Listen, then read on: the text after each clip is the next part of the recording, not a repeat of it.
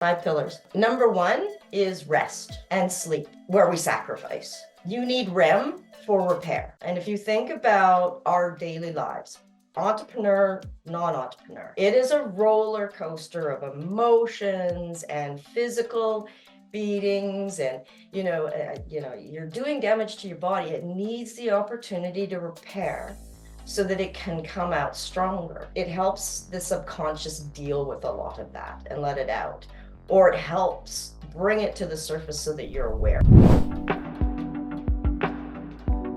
Hey there, go-getters! I'm Mike Ivashu, host of Busy Done Better, the podcast designed to help you embrace and enjoy your busy work life. A programmer since the age of 12, my journey has taken me from an employee to business owner and founder of Booked-In Online Scheduling. But I'm not here to brag about my success or sell you my 10-step plan. The truth is, on many days, I still struggle to keep it all together. Wearing too many hats, having to leave when I don't feel like a leader, solving problems I know little about, struggling to be present with family when all I can do is think about work. Whether you're running a $10 million company, a small business, or working a demanding job, you're likely familiar with these challenges. On this podcast, we examine the dark side of business life, significance of mental health, dynamics of remote work, and the ever-changing meaning of work-life balance, and hopefully make your busy and hectic day a little more interesting and enjoyable. In today's episode, I'm joined by Elaine Greer, a small business relationship manager who has spent the last 3 decades working with business owners. Through her journey, she has seen firsthand the heavy toll that running a business takes on mental health. Elaine provides some staggering statistics to highlight how business owners have a much higher rate of mental illness when compared to the average person, and offers an explanation as to why. Over the years, Elaine has become passionate about helping business owners build the mental resilience they need to thrive. She shares her 5 pillars approach to maintaining holistic well-being and managing the everyday stresses of business ownership, as well as other insights for the practical aspects of running a business. So get ready to dive deep into a discussion full of practical tips, heartfelt advice, and innovative strategies that will help you manage your workload while taking care of your mental and physical health. All right. Well, welcome, Elaine. Thanks for joining us on the Busy Done Better podcast. Thank you for having me. It's an honor. Yeah, thanks. We've known each other for quite a while. Off and on, talked a lot about entrepreneurship and mental health. So it's one of the reasons I was super excited to talk to you today. You've worked for 30 years with small business owners and entrepreneurs, and you've seen a lot, I imagine. So I guess my first question to you would be, what have you learned about small business owners across that time span? So many business owners that I've worked with, there's such a strain on mental health, and it's actually one of the things that's not really focused on. There's statistics out there. Overall in Canada right now, our entrepreneurs, like 72% of them have mental health issues. Whereas Really? overall, That's it's staggering. 48%. Overall Canadians are 48%. So that's Oh, astonishing, right? yeah. Yeah. 29% of them have ADHD, whereas Canada-wide, there's only 5% of them that have ADHD.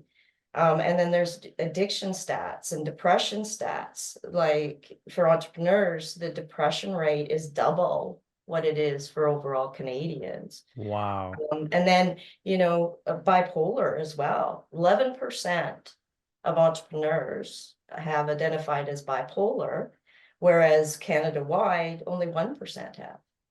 Wow. So those are astonishing. I'm bipolar. I was Mhm. diagnosed in my early 20s. Yeah, so those are astonishing stats. Yeah. And there's 2 theories about this, right?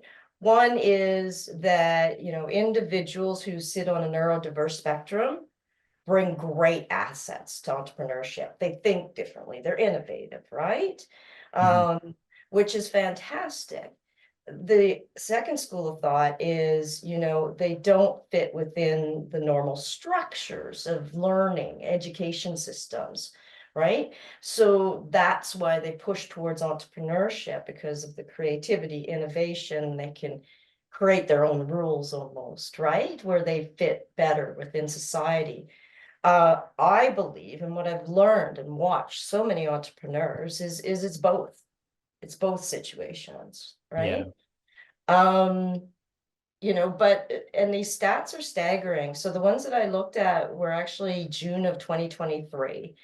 I tapped into a friend. There's not a lot of stuff out right now of what we're seeing an increase, but I tapped into a friend I know, and they say that the mental health Canada-wide is it's increasing, and it's increasing by 7 to 10% per year of mental health issues. And in entrepreneurs, it's in the double digits. It's 10%, it's 12%, and no doubt, right? We went through COVID, which had great impact on all businesses, huge change, and the unknowns. Well, we're out of COVID, right? But are we? We're still dealing with very difficult economic times, things like that. So that's increasing. Also, what COVID did is we disconnected, right? And we are struggling to rebuild those communities we had. So mental health, a lot of people they don't talk about it when it comes to entrepreneurship, but I think it is one of your key drivers to success is to stay focused on that. And there's, some great ways to do that as well. I talk about the 5 pillars, and 4 of the pillars you're in control of yourself, right? And the 5th pillar, there's outside influences, but you can still have some control within that to get yourself prepared, and strengthen your mental health. Even if you're not struggling with mental health issues right now, but you can get yourself prepared, and just the way that you live your life, right? Yeah. So what are the 5 pillars? Sure, the 5 pillars. Number 1 is rest and sleep. Okay, and this is usually the first one, in particular in North America, where we sacrifice. And honestly, you need REM for repair. And if you think about our daily lives, entrepreneur, non-entrepreneur, it is a roller coaster of emotions and physical beatings, and you're doing damage to your body. It needs the opportunity to repair so that it can come out stronger, right? So that you can be strong and continue. And it helps you process what I call that roller coaster emotions, right? We stuff all of those down. We get into REM for repair, and it helps the subconscious deal with a lot of that and let it out, or it helps bring it to the surface so that you're aware of it, right? Right. So that you can name it, and then maybe find some solutions around that. Yeah. And a lot of people are like, well, how many hours a night? Well, get in tune with your body and listen to it. Let it just sleep. It's going to tell you what its rhythm is. It takes a few weeks, but it's going to tell you what your rhythm is, right? Oh, I need 7 hours, good solid sleep, to get into REM.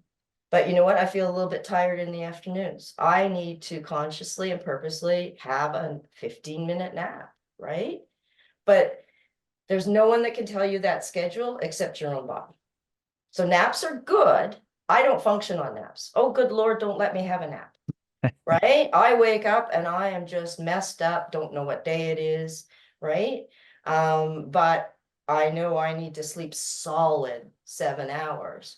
And in order to do that, I do the hour pre and the hour post. So before, an hour before bed, I'm not thinking about work. I'm not thinking about, screens, definitely. Like we're damaging ourselves there, right? No screens. I'm finding things that are mindful, meditation, quiet, calm. We were just talking about our pets, right? Just sitting there and giving the dog a good scrub, whatever it is to calm my brain down. And then why do I say 1 hour post once you wake up? That's the time to care for yourself, right? 5 minutes of exercise, meditation, take care of your personal needs, make sure you Yeah. smell good that day, right? All those great things. And you've given to yourself already, so it makes you stronger as you go out in the day. I find with sleep, it's kind of like, everybody knows when you're preparing for an athletic event, you warm up first, right? You prepare your body for that event, because if you don't, you're gonna get injured, or it's just not gonna go as well as it could. And I find sleep is very similar. I think without understanding it, there's kind of this, oh well, when I'm tired, I'll just walk up to my bed and pass out. And but that will you sleep? Well, yeah, you'll sleep, but will the sleep be good? Like an athletic event, are you going to have a good race? No, you're going to have a terrible time. Mhm. And it's the same thing. You're not going to have a good sleep. You will sleep, you'll wake up, it won't be an optimal sleep. You won't get enough REM sleep. You won't go through the cycles properly. And like you just described, that preparation for sleep it's required. And in the old days, before we had the barrage of devices and endless 24/7 entertainment and things to stimulate our brains 24/7, life just gave that to us naturally, right? When the sun went down, there was nothing to do. So you just wound down naturally, right? And so our biology just kind of like the brain can't just be all and then boom, go to sleep and have like it doesn't work like that, right? No, So it's not a device you can turn on and off, is yeah, it? yeah, Right? yeah. It's And yeah, and you have to be purposeful about it. And I mhm. actually truly believe that when we get proper rest and sleep, it's like the engine of our car, right? It is the most important thing you should be doing, is taking care of that engine so that it's moving forward. But I also believe when we go into REM, we're doing the REM for repair, right? But I also believe that we actually unconsciously unlock other areas of our brain, right? And they're still researching and that type of thing. But I think we do. And it helps us process things, or we need to unlock that area of the brain, because evolutionary, we need that tool to cope with something, Yeah, right? yeah, That's just my belief. Okay. Science is working on proving things like that. But I really do believe that. yeah. Have you read Why We Sleep by Stephen Walker? I think it's I don't Stephen think I've Walker. gotten that one. No, no, I haven't read that one yet. Well, it's a I think it's a fairly well-known book. He's a foremost authority on sleep, PhD, studied it all his life. He has a master class. I don't know if you've ever um, uh, checked out masterclass, but they've got all these experts that do lessons on in their areas of expertise. So he does a master class, and I watched that master class on sleep, and uh, he basically said a lot of what you just said, with the preparation and all of that. Every stage of sleep has a purpose. So it's not like REM is the most important. They're all important. And what's important is to go through the cycles properly, is what Mhm. I remember from him explaining. Um, and there's certain stages, and I can't remember the details, but in REMs, so in the shallower sleep stages, the brain does what's called memory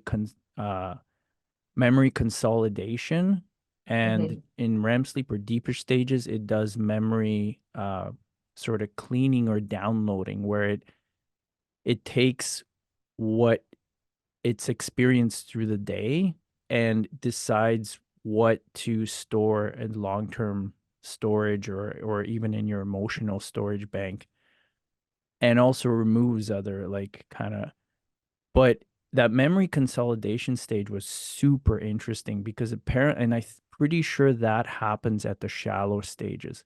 Mm-hmm. And what the brain does, if I can remember this correctly, is it it's kind of like it's tries to combine different seemingly unrelated memories together to try to kind of help you and solve problems. So let's say you're trying to figure out some kind of problem at work, like, and so if you can just have a nap where you don't fall into REM sleep, you just kind of have that. There's I think uh it wasn't Edison. It was Edison. I think it was Edison. He talks about this. He was known for doing this. He would sit in a chair and he would have a paper and pen beside him on a desk. And he would have a lead ball in his hand and a pan on the floor. And he would doze off, and the ball and the lead ball and the pan was so that when he was falling into REM sleep, he'd drop the ball and wake himself up. And that's he used that as a hack to because he knew that what the brain somehow, I don't know how he figured it out at that time, but he knew that at that point, that in that stage, just before he hit REM sleep, the brain would consolidate his memories to help him figure out solutions to problems that he couldn't otherwise figure out in his waking time. And it worked for him so often that he started to do it regularly. And he immediately, when he would wake up from that, he would just start writing down what he was thinking. And that's the brain just kind of links different memories together to try to put together a solution or help you with a problem that you're trying to deal with that you actually could not do in your waking time and in a Mm-hmm. Oh, conscious that's state. so cool, It's right? yeah, And it just kind of it's goes straight amazing. I down. had no clue about that. Like, And it goes down to the basics of evolution, right? Like we think we're complicated creatures. We're very basic when it comes down to it, right? yeah, And I think that supports like evolution. And no, we haven't grown web fingers or anything like that because we don't need that. But what we have be cool to is have web fingers. wouldn't it? Yeah. An intellectual, economy. So guess what's evolving, right? Is the brain. So Yeah. yeah, no, that's very cool. I'll have to definitely check that Yeah, out. check out the master class. It's kind of a Cole's Notes. Like there's like 15 classes and they're, I don't know, 10 to 15 minutes long each, but it's, he talks about all the important aspects. It's super interesting. Oh, yeah, that sounds Yeah. crazy. Absolutely. Um, so we talked kind of about the engine, right? Mhm. And that's that rest, that's sleep. That you got to put the fuel in, and that's all around nutrition, right? That engine isn't going to function really well without the nutrition. And everybody says, oh, it's so hard. And really, is it? You take 3 hours out of your week. You cut up healthy snacks, you have them ready, right? You're busy, busy. But if it's all ready to go, right, it makes it so easy for you. And like nutrition, I've been really diving into this because, well, I had, yeah, myself, I experienced just some health issues like thyroid and yeah, like emotions and brain chemistry. It was all going all over the place. And then I started focusing a lot on my nutrition because I knew that I had been neglecting it. Pretty busy, right? Relocated a couple provinces over, settling in life. I'm terrible about thinking about food because I'm at a different stage now. I have no kids, so it's like, yeah, Yeah. right? Yeah. Think about it.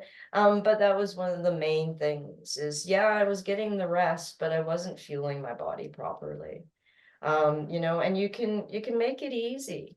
So I kind of have this motto of plan it, prep it, um, make it easy, but be creative at the same time, right? And have a little fun with it. And it can connect to actually, you can connect some of it to, other pillars. So in busy lives, we try and accomplish a couple things at once. We have to be careful with multitasking. But you think about nutrition, say you have a family, right? Or you have people in your lives, you can make that a fun family activity. Have it done in 2 hours, and then the whole rest of the week is free, right? Yeah. And by planning it, you're really thinking about your nutritional value too. So just make it easy.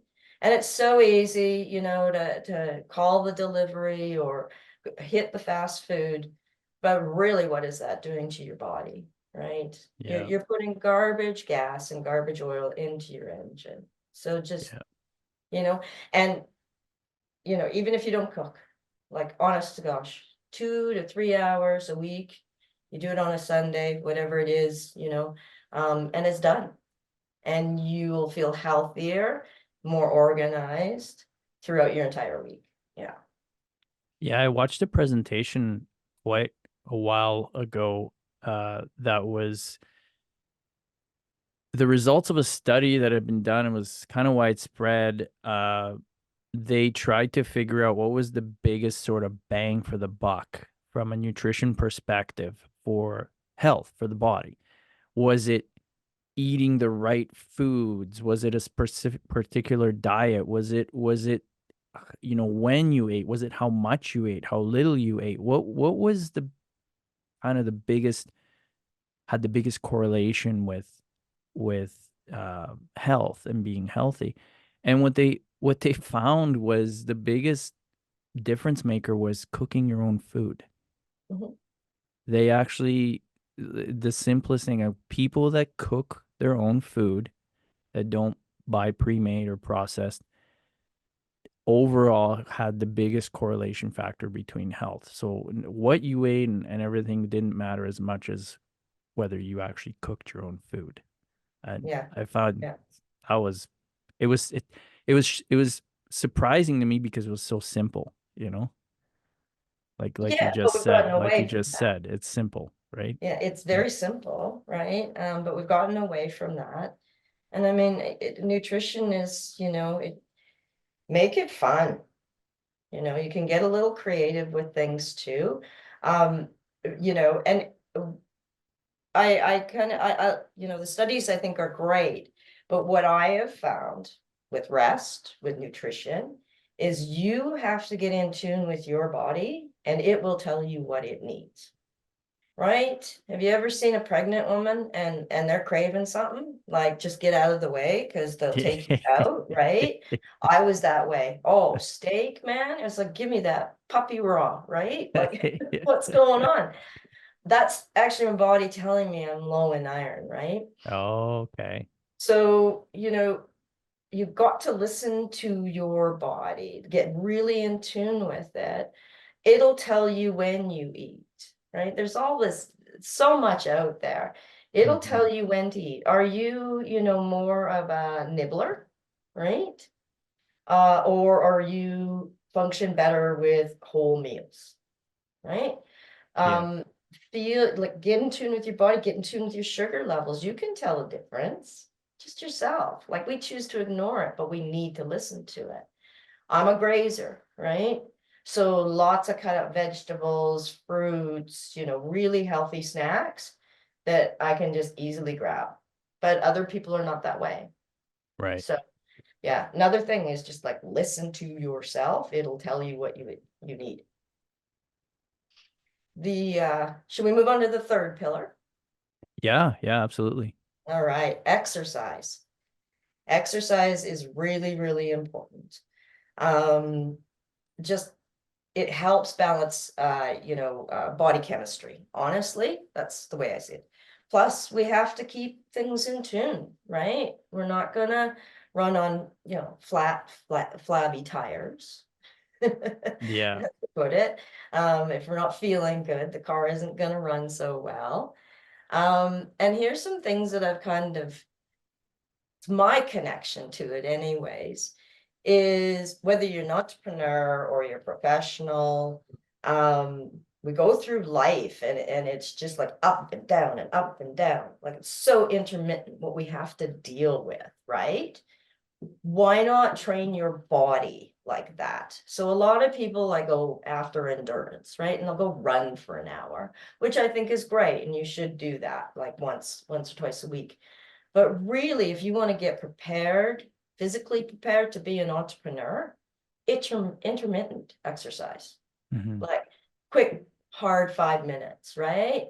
And you'll figure that out in your day too. It's like, okay, you know what? Now is the time that I need to, 5 minutes of squats, whatever it is, because that intermittent training brings that body chemistry that is quite similar to when we're in those moments at work, right? Up and down, up and down. And if you continue to do that, you're actually getting prepared for that type of race. Because that's what entrepreneurship is. Well, that's what professional careers are, right? It's a marathon with intermittent sprints. Yeah. So why not physically get prepared for those intermittent sprints? Yeah, that makes a lot of sense. I never thought about it from a perspective of that it matches kind of the energy ebbs and flows of entrepreneurship, the intermittent kind of type of exercise. I think a great part of that too is, as usually when you're a small business owner or like this time, and then you add on top of that if you have a family, right? Like you just have so little time. Like when I was younger, uh I went through my phase of going to the gym, the luxurious 2 hours of go to the gym and then maybe the sauna and like, but the reality is that there's phase, like once you're an entrepreneur and there's phases of your life, you just don't have those contiguous lengthy blocks that you can just devote to yourself. Right. So you need kind of the bang for the buck, right? Type of exercises. And yeah, the intermittent stuff is great because you can 5-10 minutes, if you go high intensity, it's, and you, let's say you do that a couple of times a day like that and frequently, and you can Yeah. sort of pull that off whenever it's like, okay, I have got a half an hour between meetings. I'm just gonna do, some push-ups, sit-ups, whatever, jumping jacks, right? And Yeah. just Or it get your could blood be pumping. 10 minutes of yoga that gets plump, Yeah. you know, you know, Yeah. but it aligns with what we're mentally doing with Mm-hmm. ourselves, right? Yeah. And I've found that is probably one of my best tools that I figured out, right? Because I was like, I've done the stages, guys. I'm now at the empty nest stage, right? Going, whoa, what does life look like? And I definitely didn't have time. But if we take it back again to those very basic things like human evolution, before, yeah, we had to do some sprints, absolutely, right? Way back when. But it was more of an endurance race. The world today is not that way. It is like a marathon with those intermittent sprints and on a Yeah. daily, right? On an hourly sometimes. Yeah. So get yourself mentally prepared for sure. You keep bringing up basics. Do you think that we get in trouble because then the part of it too is lack of knowledge, right? So do you think most people, many people, whatever, get in trouble because of a lack of knowledge or because they avoid doing the basics or because they don't have enough knowledge of what to do? Um, Like in the case of exercise, an example would be, and I hear this sometimes, oh, I don't know how to work out. I need a trainer. I need someone to show me how to, like, and I'm thinking, well, you know how to run. you know how You to know, walk. how that works. Yeah. A push-up isn't complicated. You know how to do, like, you've seen it, I'm sure. You know what I mean? Like, but that's really all you need is those basic exercises, things that you know how to do, and Yeah. just doing them, right? Saying that, oh, I lack the knowledge, I need expertise, and I don't have that, so therefore I can't exercise. Well, Some, yeah, that's when we kind of step into commercialism and the right, message out there all around health and wellness, right? Um, right, so people, and that creates complexity and just complicates. And people don't realize, and I think I was born with a bit of common sense, I think, is I always pull myself back and just go, you're an animal. Right? You're a more Yeah. complex animal on this earth, but you're simply an animal. So what does the basic me need, right?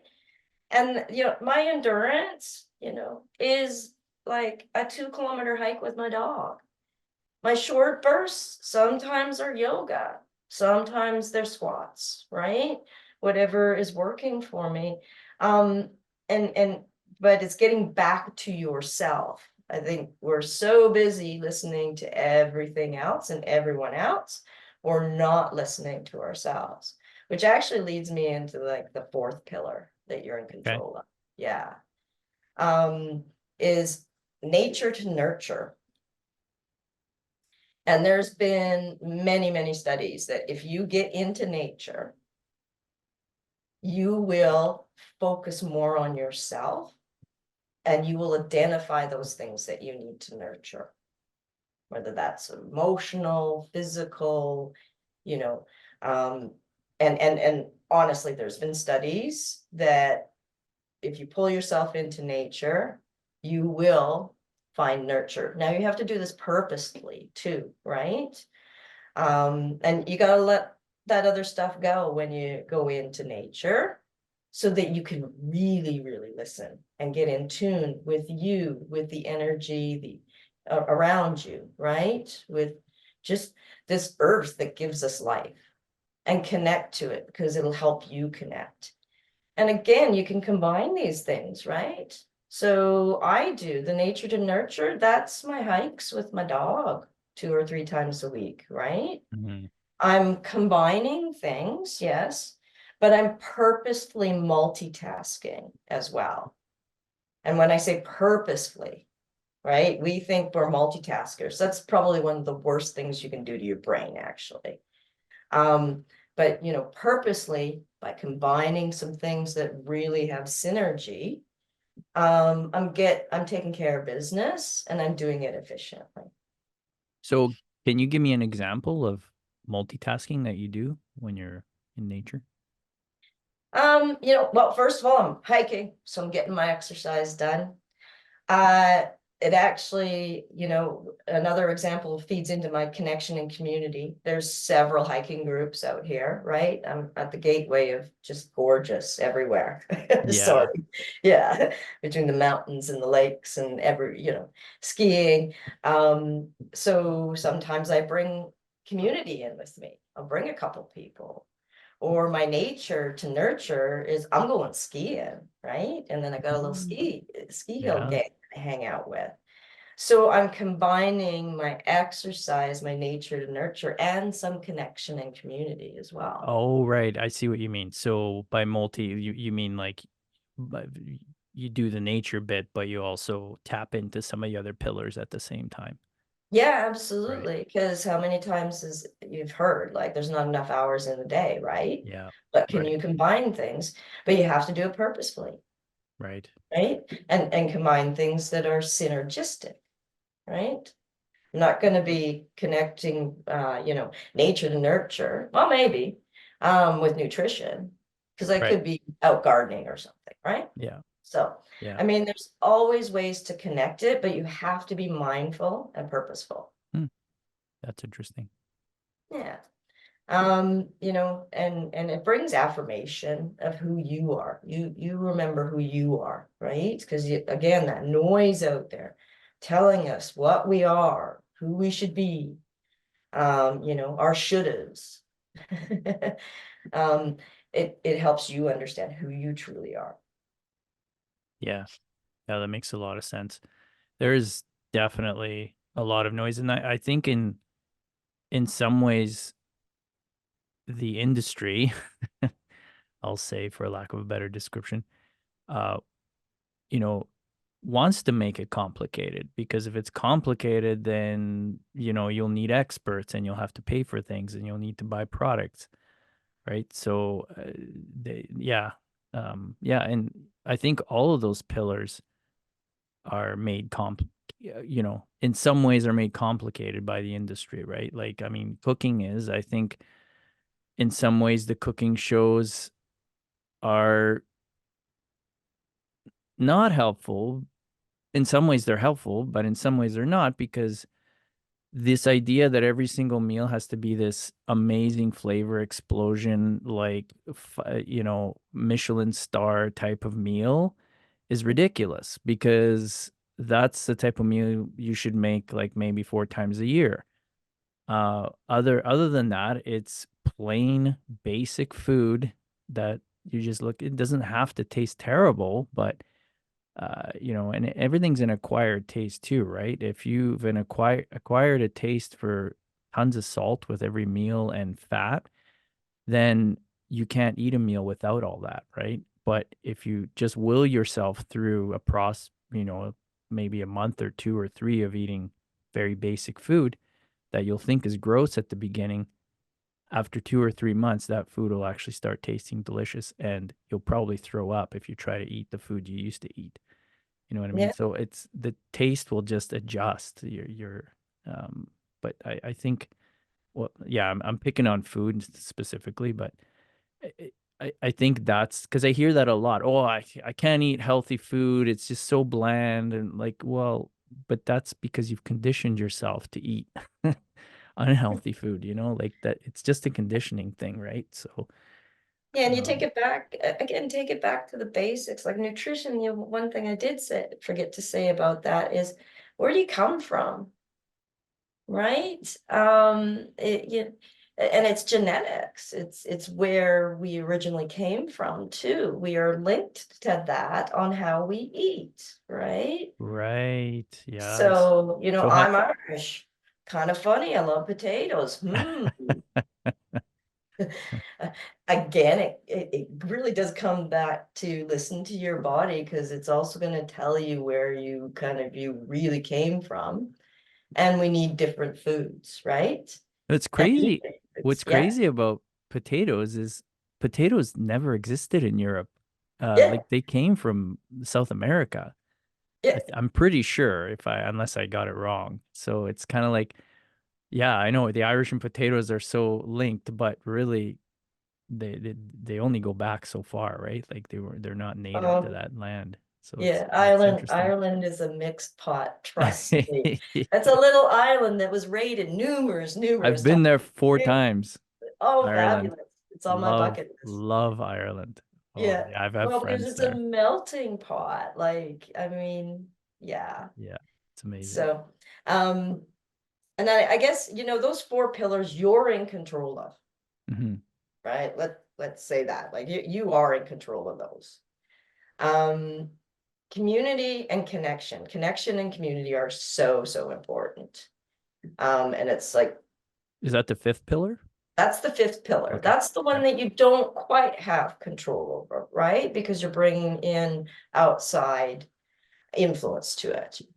Right. Um, you know, but there's some, especially as an entrepreneur, one thing I would say with your friends and family is understand their commitment level. When you're an entrepreneur, I'm sorry to say to everyone out there, that is your first love, right? It's like, 1 is my business. 2 is my partner. Oh, I had kids. Sorry. Kids is number 2. Partner is number 3, right? And that's all there is to it. Like, it's just, that's how it happens. So understand their commitment level. And I always kind of put it in a little antidote, um, you know, about how to understand commitment level, and then how to manage your expectations, because I think that's when relationships and things break down, is when we don't understand and we set too high of expectations. So your friends and family need to know. You might as well just be honest with them, right? um but when we think about commitment, well, the best one is, there's a pig and chicken walking down the street. The chicken gets extremely excited because they see, a breakfast sign up, bacon and eggs, 25 cents. And the chicken's like, look at us, we're the superstar of breakfast. And he's clucking away. And then he turns around and he sees the pig isn't very excited, right? And the pig's like, well, yeah, I can see that you're excited. All you have to do is, produce an egg. I have to die. And that's a great example of commitment, right? You as the entrepreneur are usually the pig. You are 100% committed. You're bringing in business partners and stuff. You got to understand, are they a pig or a chicken? Please do not call them a pig or a chicken. Okay, that causes Good to issues. clarify that. But it helps you understand the level of commitment. And yes, you need some pigs in your life that walk that journey with you, right? That are just that committed. They'll die for it. But you also need a lot of those chickens as well. They're going to be your cheerleaders, your champions. They're going to have a place somewhere towards your success, right? But you just got to understand those levels and identify them and then set your expectations, right? Because you're going to rely on them for your community, for your connection, and you need them there. And then you can't be that stubborn entrepreneur that's like, it's all about me, right? I know your egos. I've been dealing with them for 30 years. I love them because it makes you guys risk takers, right? Right. But you have to consciously make sure that when you're spending time with friends and family, you are there. It is purposeful. It is mindful. It may only be 30 minutes or an hour, but you are 100% in. And you have to be that way to feed those relationships. Yeah. Another thing I find with entrepreneurs is they tend to hang just in their community.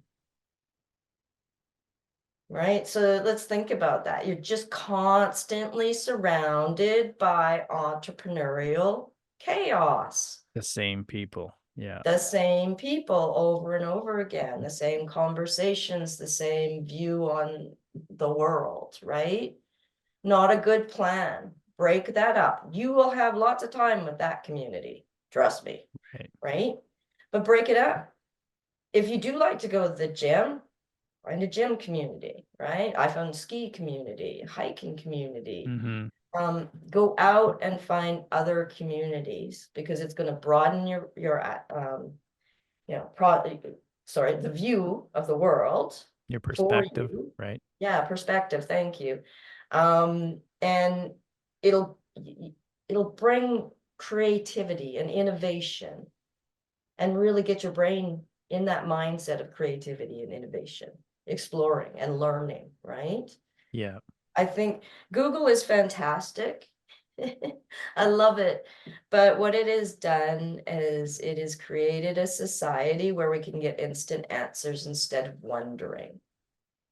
So an exercise that I do in the morning is I wonder about really weird things, but I won't Google them. It's like, who thought of putting peanut butter and chocolate together? I don't know, right? Things like, why doesn't it hurt to get your hair cut? Like, could you imagine my hair? Oh, I'd be screaming at the salon instead of chilling, right? That gets my day started because it makes me curious. And I get very curious about the world. And then I take that out. And because I'm curious about the world, I'm curious about people, which creates connection and community.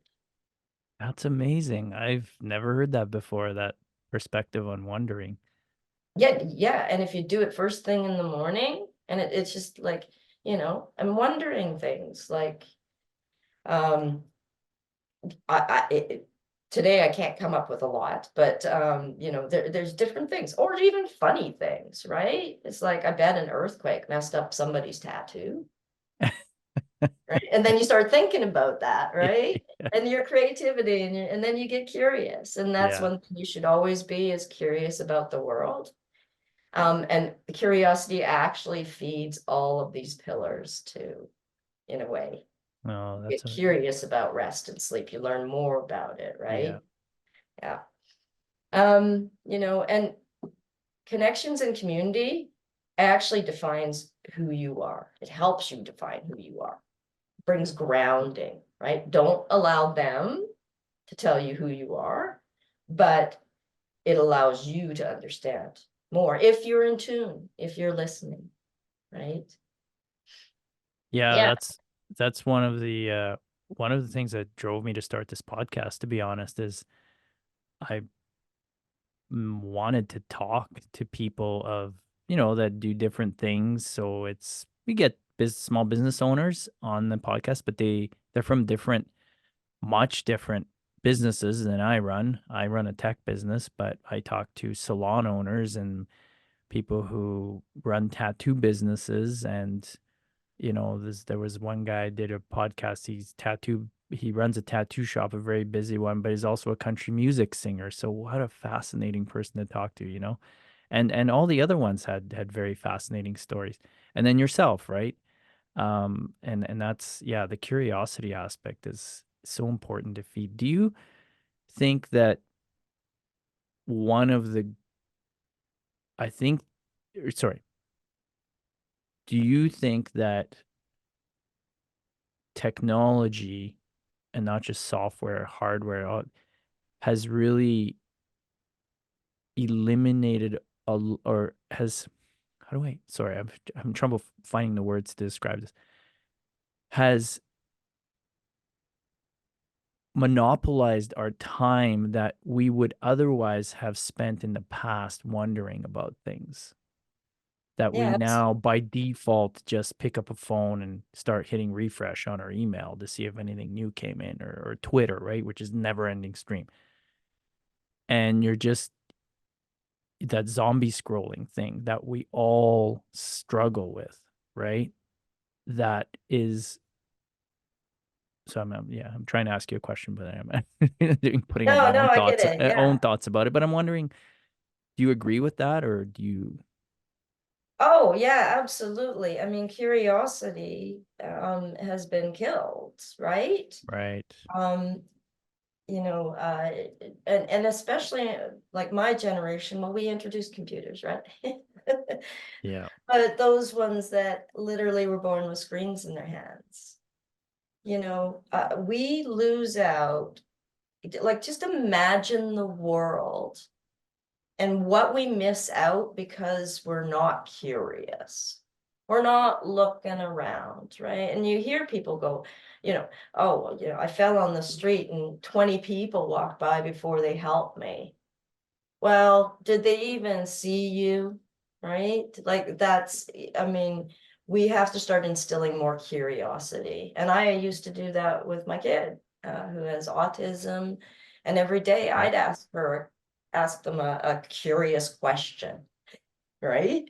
Hmm. And I get the eye roll or whatever, but I could see the little glimmer of, and I wouldn't let them Google it. I'm sure, well, they were on their way to school. Right? But it got the process going. And I think we have to nowadays, with everything that we have and the knowledge we have at our fingertips, I think is fantastic. We have to purposely push that curiosity button every day. Right. And you will find more joy in life because you're curious. It's just my personal opinion. Yeah. I It sounds like a lot of the things that you've talked about, you mentioned purposeful quite a few times, and I think that's kind of where we're at as a society now, is things just that kind of our environment just gave us by default. It gave us the opportunities to be curious because there wasn't this 24/7 constant stimulation environment. So you had these natural times of the day, and same thing, like the home was kind of a sanctuary. Like, yeah, you had TV, but even that's only like the cable channels with hundreds of cable TV with hundreds of channels really only came about 40 years ago, maybe 30 years ago, right? But before that, it was, there were a few channels, and yeah, maybe, you sat around and watched one or two shows couple times a week. As a But family, right, as a family, yeah, good connected. point. Disney. Yeah. So, Sunday dinner was planned around but Disney. but you got home, and the home Yeah, was a sanctuary for, I think, majority. It was quiet. You didn't have video games and phones and Netflix. You could watch the same show over and over and over and over and over again, endlessly. So you had quiet time. You read, you wondered about things, you were curious, you know what I mean? So our environment just kind of handed that to us naturally, whereas now we have to make it a purposeful thing because our environment does not give us actually pulls us in the opposite direction now, right? yeah, yeah, It's more, sometimes I think of what we're living in is really now a fierce competition for the brain. There's companies, and I'm not a conspiracy theorist or anything like that. I think it's just that's where we're at. yeah. That There's so are many that influences. want There's so much and are information. Yeah, trying and are investing billions of dollars to have your attention 24/7 and trying to make sure that you don't float away and be curious and wonder, yeah. because that they can't make money off that.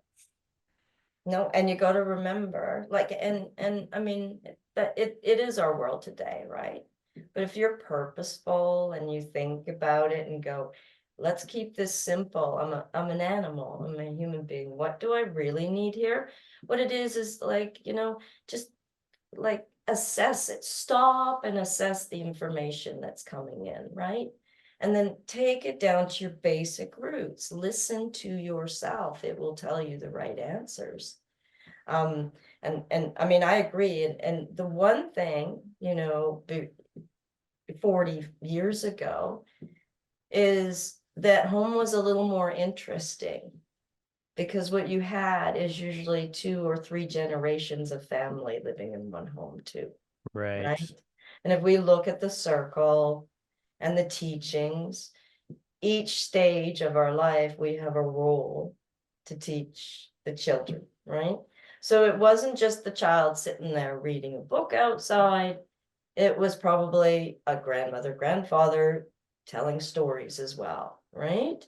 So they were getting that information from that nuclear safe family circle. Now we get our information from the globe, right? Mm-hmm. Yeah. So yeah, absolutely. But connection and community, that's what's going to make you solid. And if you're just starting out your business, I would say you make sure that that's in place. And you really focus on these pillars because you are getting prepared for that Olympic game, Yeah. right? And it is a marathon with intermittent sprints. And that is hard to keep up with. And your startup years, right? 3 to 5 years, you're doing this. Yeah. So, get yourself ready for it. And, it's really hard. You got to balance this all out.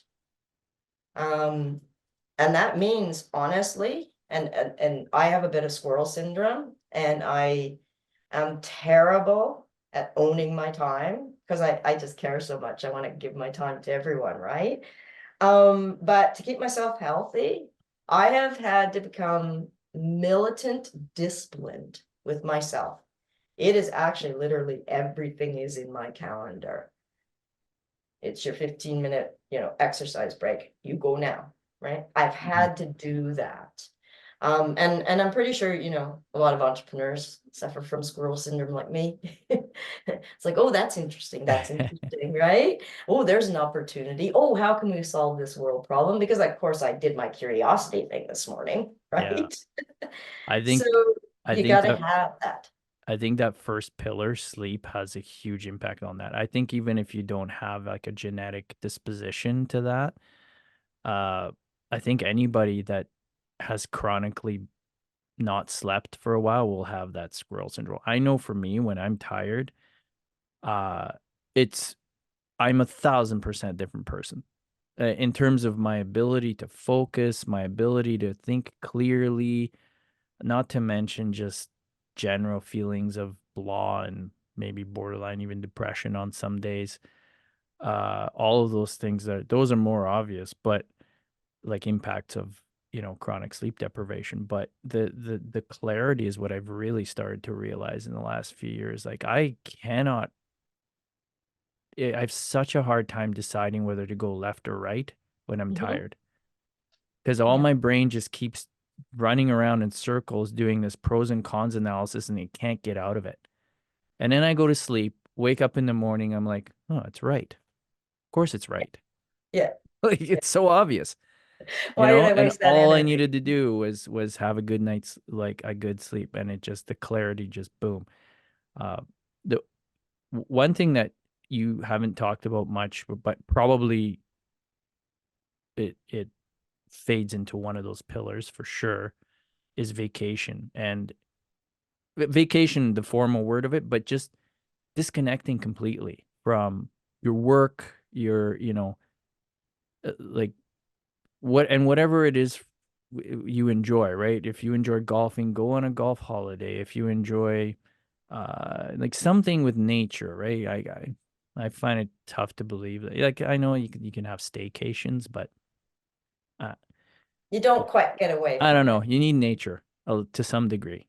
Um, anyway, but yeah, for me, I love wilderness, right? So we go in it, and I've been, because I know a lot of entrepreneurs will won't disconnect on holidays. They'll go on the holidays, but they're checking their emails or whatever. And maybe, I mean, there's an obvious impact on your relationships with that, but maybe they do it in a way that impact is minimized, so they're still kind of there and whatever. But the impact on you is huge because you haven't taken that opportunity to just disconnect. And what I've found the biggest detriment that from that is when you commit to not being around for a week, not answering your emails, or 2 weeks, you have to plan for that. Like, you have to, like, we go away, like, in the summers, we take a lot of vacation. Like, we go away for 2 weeks to a cabin, and then we've in the last couple of years, we've gone away, like, overseas trip for three weeks. And it's taken me a few years, but I start planning for the summer in like April. Like, I look at the initiatives that we're taking on, and I'm like, no, not going to start this right now, because that it's gonna go into peak mode right around summer, and I don't want to be around, and I'm going to be stressing about it while I'm on vacation if we're not going to start that right now. We're going to wait till September. Now, does that impact growth? Yep, Yeah. it does. But does it? Because do you Well, not come back stronger and more focused on growth activities? good point. Yeah. Yeah, good point. So it's harder to measure the value of clarity, but from an intuition perspective, it's huge, right? Yeah, and I think that's Going brilliant. hard and going 24/7, never taking vacations is like sprinting in, like, let's say your destination is a couple of kilometers away, and you're sprinting in all sorts of wrong directions and going, and eventually you get there. Whereas if you just stopped, had clarity, and realized the destination really is just over here, and I don't, you know, just knowing which direction you need to walk, and that clarity, for me, has been so huge. And sleep's the biggest focus right now for me, because I've suffered from too long of chronic sleep problems, and Yes. it really messed up my brain, like, to the point where And I'm we pretty. create those problems, right? Mhm. Like, which is crazy. Yeah, because Yeah. we ignore ourselves constantly. And you know what? I think it's brilliant because you are actually owning your time, right? And that's something that's really important throughout all of this. You cannot allow somebody to sneak in and take time away from you taking care of these pillars, because you will not be the person you need to be to Right. succeed, to support. And there's so many pressures on entrepreneurs, right? The Yeah. economy, oh my God, I'm feeding how many families here, right? Jobs, all of it is on you. You know, so you have to own it. Something that I do because, oh my gosh, I'm totally with you, Mike. You're going on vacation, you bust your buns all the way up, you know, and it's stress and you're just like, oh, you make Yeah. it to the fire, right? And then when you get back, it's like nobody does my job. So you're stressed trying to catch up. Yeah. What I found, and this is how I do it, is so I do small vacation breaks. And I like summer, right? So I'll do 4-day weekends, Mm-hmm. right? I'll break, you know, some of it up, but I will always go for at least like a week, disconnect far away. Like, yeah, I make sure that I'm gone to get that refresh, right? Yeah. So I'll do a week, but I spread some out and then I'll do a week, right? What's the But longest kind of vacation you feel comfortable taking? currently with what I'm doing, about a week. Okay. Okay. Right. It's just I'm kind of in peak season right now. Um, but you know, by doing that, I have to be disciplined though. The work phone gets shut off. This took me a long time to learn, Mm-hmm. right? Yeah. And even like I come home now after work, the work phone is shut off. Because if it isn't, then it starts to steal time away from me making sure I'm taking care of my pillars. And I speak from experience. I have hit serious burnout in my career 3 times now. Mm-hmm. Because I know it's tough to be an entrepreneur, but I want you to envision somebody who supports an entrepreneur. You guys are managing one business. We are at literally running the roller coaster with 30 businesses at Ugh. it, Wow. Yeah. right? Yeah. I never thought of it that way. So, like, I'm just sharing my experience and what works for me, right? I'm not a professional, Mm-hmm. medical professional, or anything like that. But I've been there, done that. I've done a lot of stages in life, right? From sandwich parent to all of it. You know, and I share this, but if I'm not disciplined, like, and I mean, really, I have to be with myself very militant. Like, no, you're getting up and doing this now, not, you know, not later, now. You know, I am so much stronger and I can really, you know, push towards what I try and do every day, which is leave more than I've taken, right? And it makes me stronger and be able to do that. I think the other thing I can kind of share is like get in tune with your maximum productive times in the day. And don't let anybody dictate that. Like get in tune with your brain. When does it really like, oh, right? Like an hour. And then that is not the time for any kind of multitasking.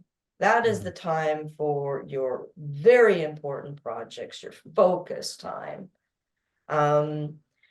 And this takes a while, right? It's going to take you a few weeks to really, if you really concentrate, listening to your body, you're going to be able to figure out this schedule and start putting it in a calendar. I'm serious, you gotta be purposeful and deliberate on taking care of your pillars. Yeah. That's something Stephen Walker talks about in his sleep book and master classes. There's an entire class devoted to talking about chronotype, and I had no clue that this was an actual scientific thing. Every human being has a chronotype, and means you're genetically wired to go to sleep and wake up at a particular time. So there totally is such thing as night owls and early birds. Some people are genetically wired. No matter what they do, they'll always wake up at 6 o'clock in the morning, even if they go to bed at 2 or well, maybe in extreme cases they'll sleep a little longer, but they go to midnight, and where normally they go to bed at 10, but they go to midnight one night, they'll still wake up at 6. So that's an early bird. There's night owls. There's people who will, don't go to bed till 12, 1 o'clock. And that's their natural, and they'll sleep till 8, So he mentions that you cannot change this. So No. if you have a career or are living a life that isn't consistent with your natural chronotype, you'll never adjust. Not fully. You'll probably might fool yourself into thinking you've adjusted, but you haven't. And that's another thing he brings up. There's multiple experiments that show that people are a poor judge of the quality of their own sleep. Mhm. When you ask people, oh, how you sleep? And they say, oh, yeah, I'm sleeping pretty good. Can't trust that. Because people eventually, how you have a norm, right? Like if you just fell out of shape for a long time and you just haven't exercised forever. And so that how you feel every day becomes your norm.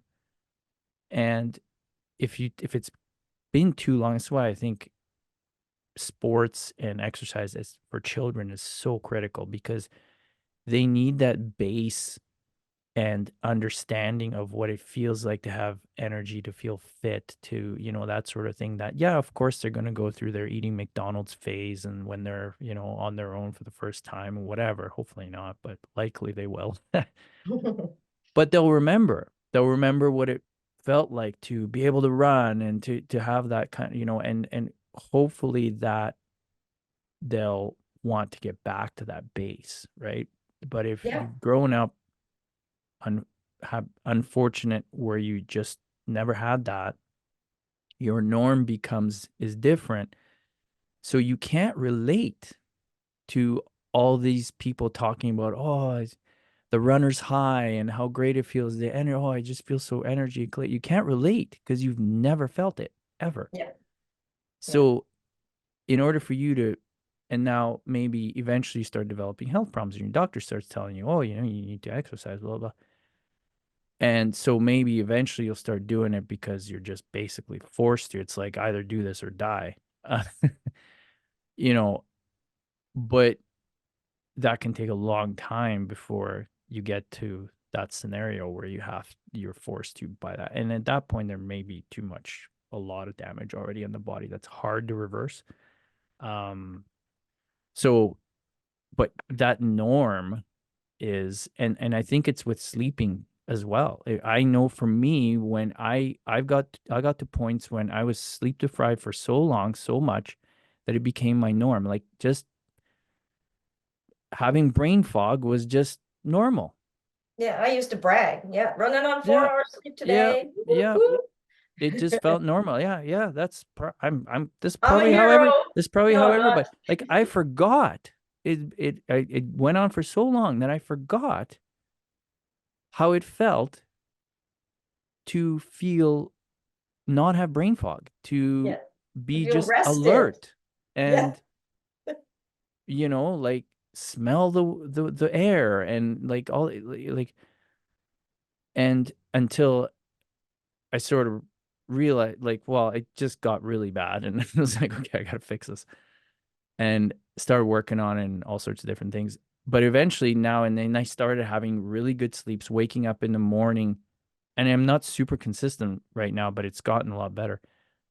And it's like, I literally remember waking up one morning and having a day where I just felt great. And I was like, I felt like I was on cocaine or something, on a drug. Like I just felt like a completely different person. Like, oh my God, I haven't felt like this in months or a year or whatever it was.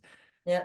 And you realize, holy shit. But I thought that for the last year or whatever, that I was totally fine.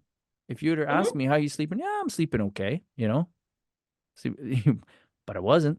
I was sleeping horribly. If somebody had strapped on all the electrodes and done, the analysis, it would have pointed out like, yeah, no, dude, you're getting like half the REM sleep you need to be getting, and like It's Oh yeah. there's And I've there's never been a damage sleeper, accumulating. Like, right? Yeah, I've never been a sleeper, right? I never was as a kid. I didn't nap. I'm usually good on like 6 hours.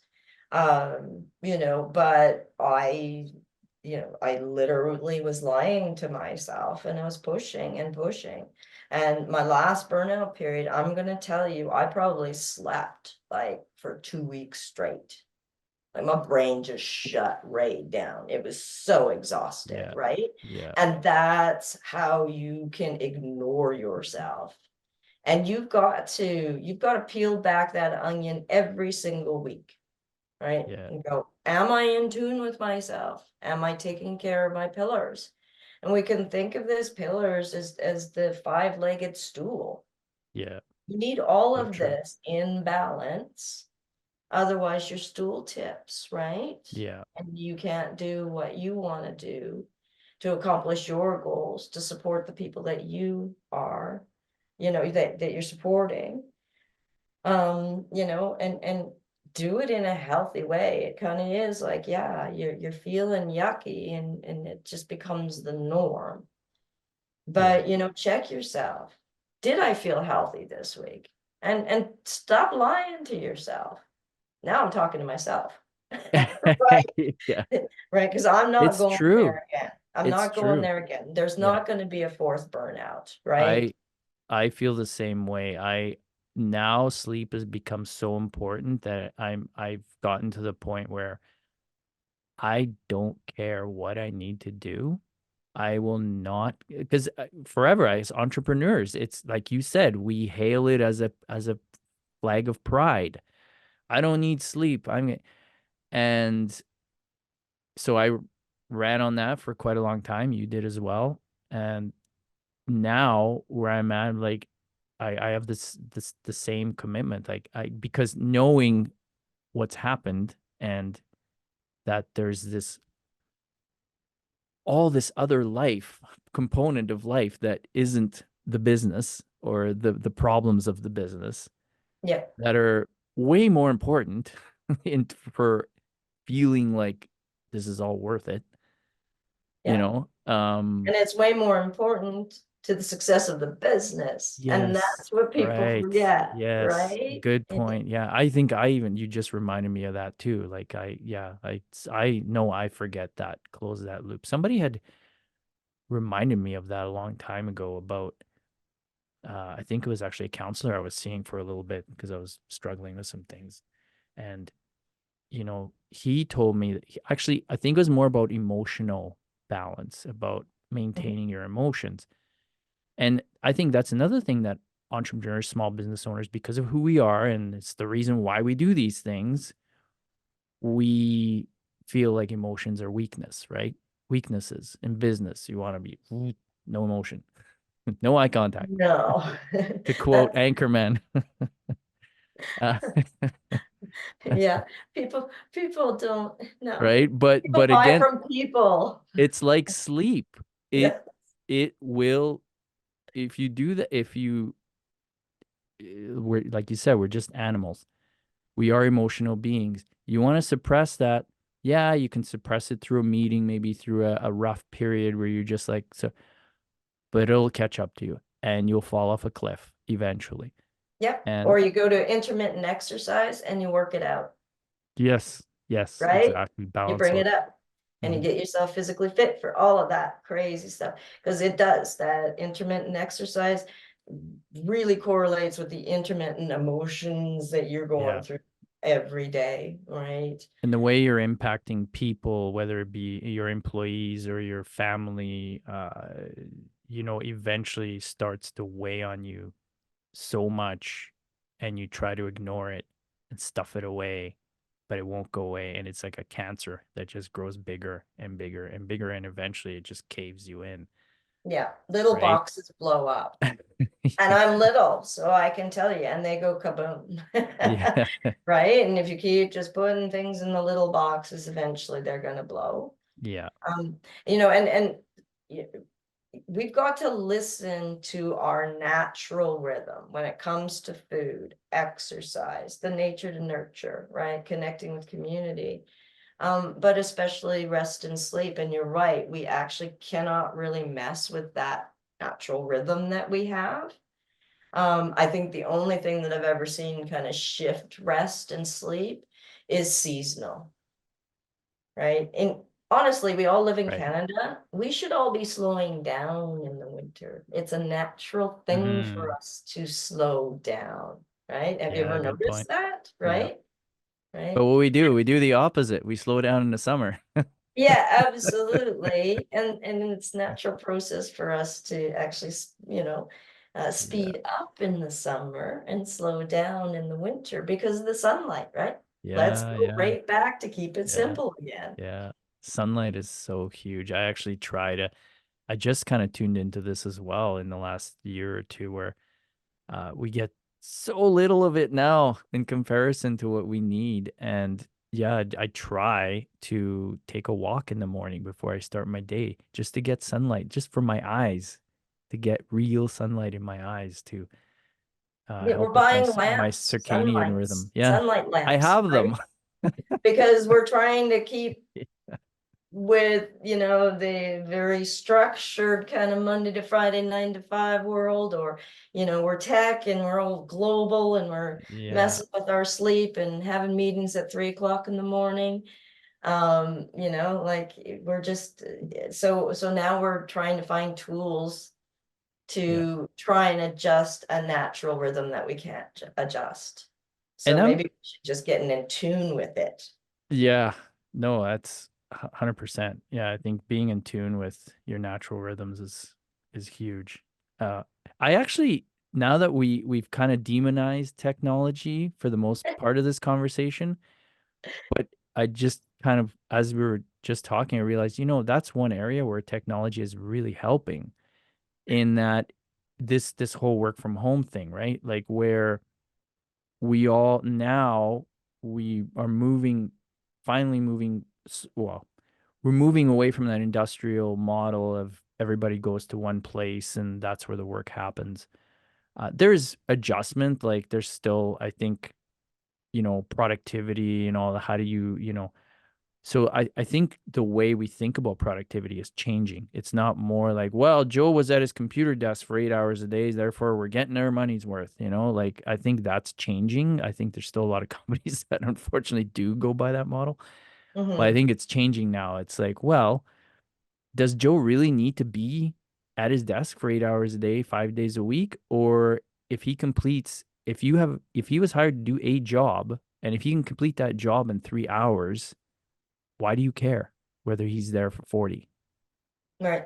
You know what I And would mean? you rather him, or even like, okay, we need him here 8 hours, but intermittently when he's in his most productive times, thank you. Exactly. So that's Right? where technology is, I think, really helped. It's liberated people now to start try to figure this out for themselves. What is my natural energy cycle like? Because you can't do it if you gotta if you gotta punch the clock at 9 o'clock Yeah. and you gotta stay there till 5. Like you're a slave. You cannot go by your natural energy cycle. You But gotta you can pump. be aware of it. Sure. And there's ways, Yeah. because There's we're humans, we can adapt, right? Yeah. So there's ways that True. we can adapt. But I think the most important thing is to be aware of it. That's where we Right. miss. We're not Not listening. aware. Yeah. Yeah, and you're right though. And not to deem technology is fantastic. It actually makes, us more efficient in numerous ways. There's so many tools out there to create efficiencies for ourselves, right? But does efficiency make us happier? Efficiencies, yeah, you know what? Efficiencies, how I see it, is it takes care of some of my mundane tasks so that I can focus on the really important things, Yeah. right? Being mindful, being purposeful, being in the moment with families, friends, Yeah. community. Yeah. And all these, I mean, the pillars interlink and they support one another, right? We know if you get good nutrition, exercise, you're kind of, you feel safe because you have connections and community. Guess what we're going to be doing? We're going to be sleeping a heck of a lot better, Yeah. Right. right? And then, nature to nurture. I mean, all of those pieces, like especially nature to nurture, I cannot emphasize that enough. And like nature to nurture, like, yeah, okay, I chose to move to BC. And like I'm literally 5 minutes away from any hiking trail, any gorgeous lake, ski hill I wanted to Mhm. be. That's my nature. That's my playground, right? But nature could be somebody who just likes sitting out on their back deck. Who Yeah. cares? Yeah. Right? It's what helps you. Yeah. Sunlight, air, and variation in temperature. I Yes. think is what our bodies really need. Living in one constant temperature 24/7 is not good for our body. Like it No, and isn't. I'm terrible. So I hate to be cold. So my house, summer or winter, is like Yeah. 22 degrees. It's like, Yeah. don't care. Yeah. Which is No, bad. but you go hiking, you go outside a lot. Oh, I Yeah, live outside. yeah, yeah. Yeah. Yeah. And I Yeah. mean, I don't know what the temperature is in Manitoba, but I'm probably gonna laugh at you right now because it's gorgeous and It's sunny actually been here. really nice. Like you Oh, probably moved away the worst winter you could have because it's been crazy, no, I did crazy good. 35. 35 winters there. I'm okay. Okay. Fair enough. It's like sunny and plus 10 here I right now. can't pull you back no matter what I say. No, the kid has even asked me, like, are you gonna come back and visit? And I'm like, why would I? I guess if you graduate, university, sure. But why would I? I'll show up at the graduation. Sure, Yeah, why not? maybe. Maybe. Don't you think it would be a lot more fun to have the party out in BC? Yeah, yeah. Well, yeah, yeah. Yeah. Um, you You know, talk.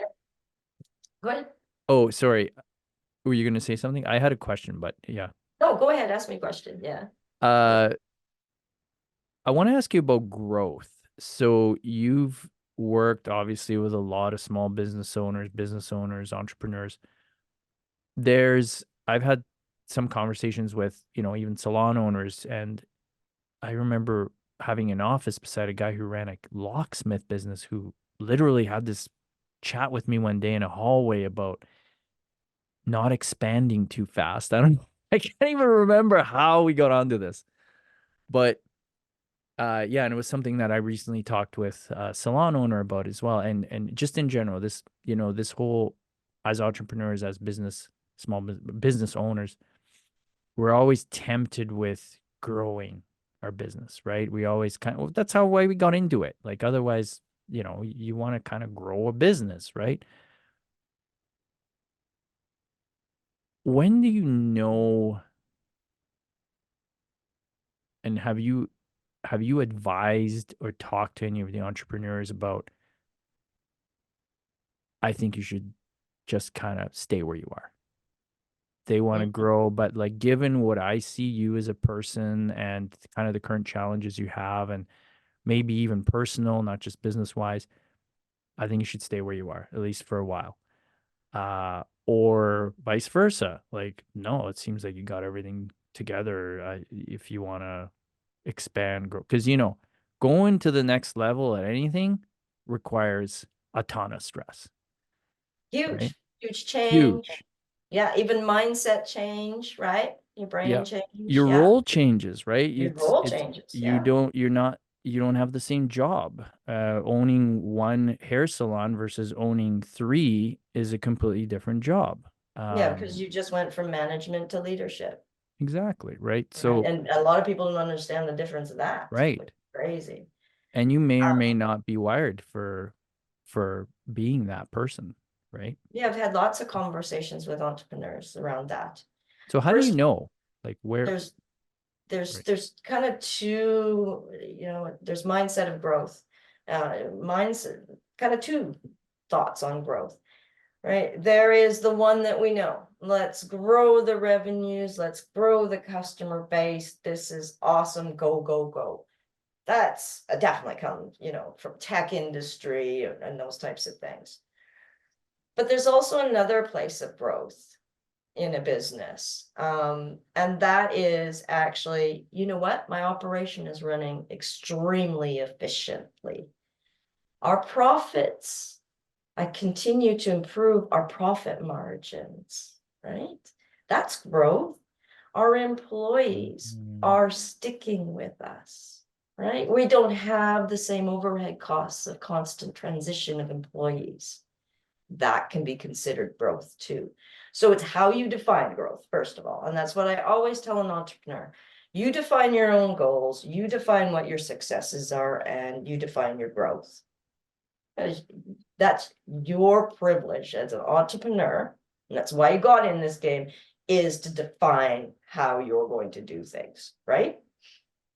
But yeah, I mean, there's certain people that, it's just, they're not ready to take the next step. I honestly think when I think about it, I look at very early stage technology companies, and my assessment is mainly on the character of the entrepreneurs that I'm seeing in front of me, the team that's there, right?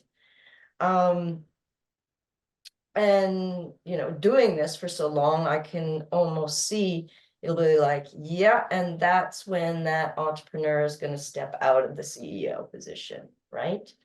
Or we've got to make sure that we start changing the management mindset to the leadership management, very early stage. That comes from my 30 years of experience to to see that coming and help the entrepreneur get prepared.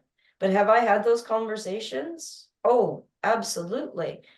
But it was, I've been a coach for so long, it comes out in questions. Have you Right. thought about this? Have you had that conversation with the family? What's going to happen here? How will this get managed? Oh, okay, you're currently managing the team of 10. Great. How are you going to manage the 50? You still that personal approach? You start to nudge, you start to push. And many will actually come up with their own answers on whether they should push for growth or if they're not ready for it, right? And some will go, you know what, I'm okay. I'm really happy with a steady Eddie. And those steady Eddie businesses are okay too. They're great, right? And I know a lot of great ones. Others will be like, no, I want to grow it, build it, because I got 15 more things I want to grow and build and change this world, right? Right. So, I mean, you have to really look at yourself. You need to have others, be open to hearing others. When it comes to, do we move forward? Do we move faster? And their perception on things. You really need what I call the 6 decision hats, right? Have you ever heard of Bruno and the 6 decision hats? No, I haven't. Oh, it's a fantastic book. It's old school, but it talks about the white hat, the black hat, the yellow hat. You need the optimist person around that table making decisions. You need the pessimistic. What's it called? I'm going to write that down. It's called the 6 thinking hats. 6 thinking hats. I cannot remember the first name of the author, but last name is Bruno. And the wonderful thing is it's a short book and it's easy to read. Okay. It's actually something I introduced to entrepreneurs, especially brand new entrepreneurs, because decision making is the most important.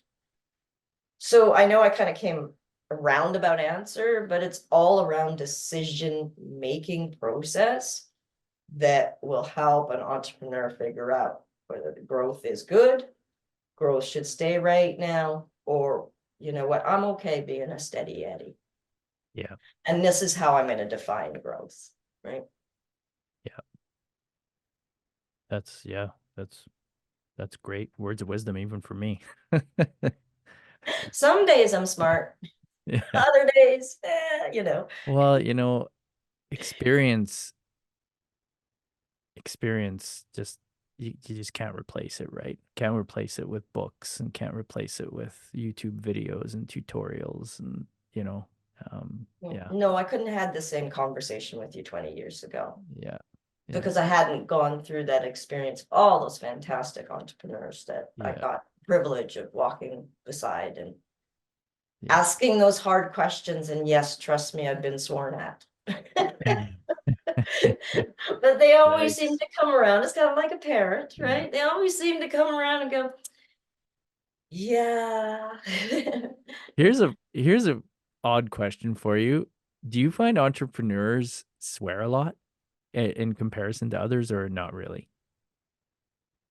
No. No. Okay. Oh, no. I had a bit No. of a swearing problem I had to work on. I didn't really even care. I was just like, it's just a word until my son started swearing. And then I was like, oh no, this sounds horrible when it's coming out of my son's mouth. And then, he Yeah. started saying, well, you do it all the time. Like, okay. So we made this Well, there's thing. a balance, right? Yeah. Sometimes those words really add the descriptive that you need. Other times, those words are really kind of demonstrating ignorance, right? Unnecessary. Yeah, Yeah, that's a good like point. when you hear the F-bomb in every second word, Yeah. okay, are you really utilizing that intelligently? Yeah. Because I've been in male dominated industries my entire life, starting in the kitchen. I can swear.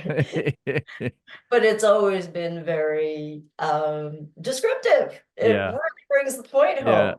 Not, hey, I'm just cool and I drop F-bombs, right? I think Yeah. that demonstrates ignorance because Yeah. I think you're purposely, trying to be ignorant to the world that way. But Yeah. yeah, no, trust me. I've been in several industries. You'd be surprised.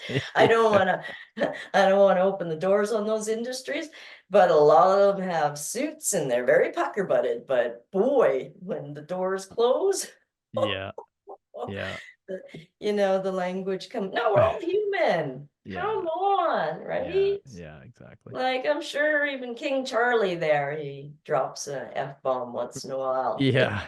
behind Yeah. closed doors. Exactly. But I mean, place and time, emotional intelligence at this point in time, right? When do you use it? When do you not? Yeah, Yeah. I tend to slide away from it. But if I hit my hand with a hammer, Yeah. It's coming it's out. gonna come out. Yeah, Yeah. Fair yeah. enough. All right. I've got some rapid fire questions for you here. Are you ready? Oh, go for it. I like being self-employed because, I get to make my own rules up. yeah. Yeah. I get to do it my way. Popular answer.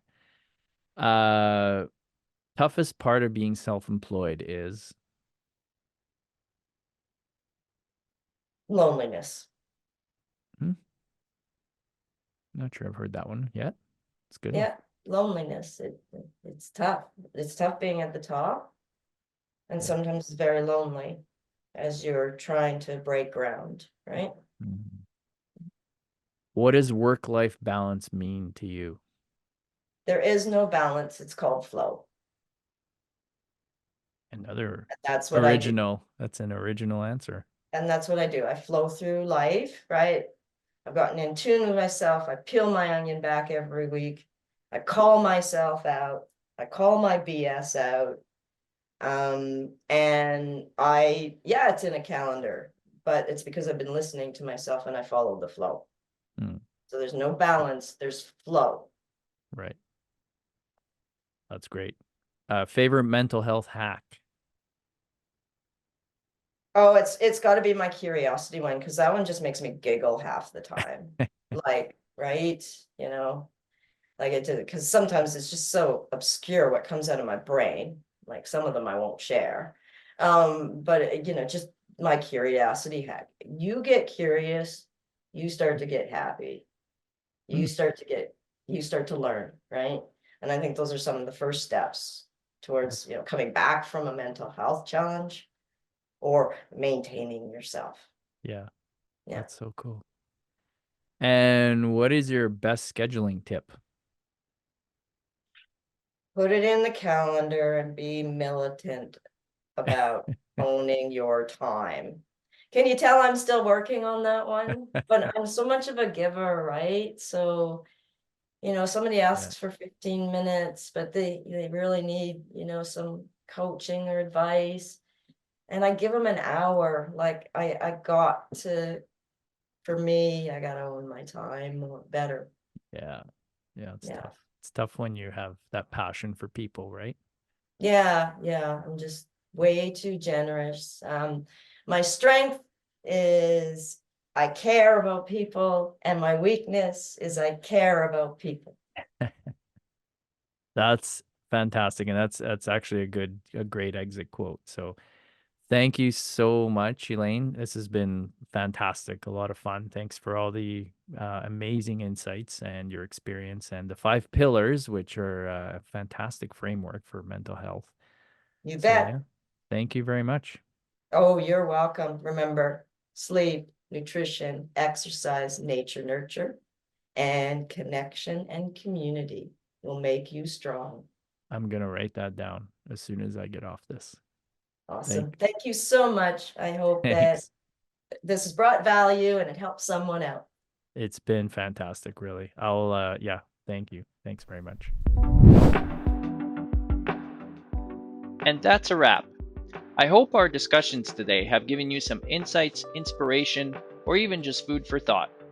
Whether it's navigating the world of business, championing mental health, adapting to remote work, or keeping up with the latest tech trends, remember, every challenge is a gift, an opportunity to learn more about yourself, others, and the world around us.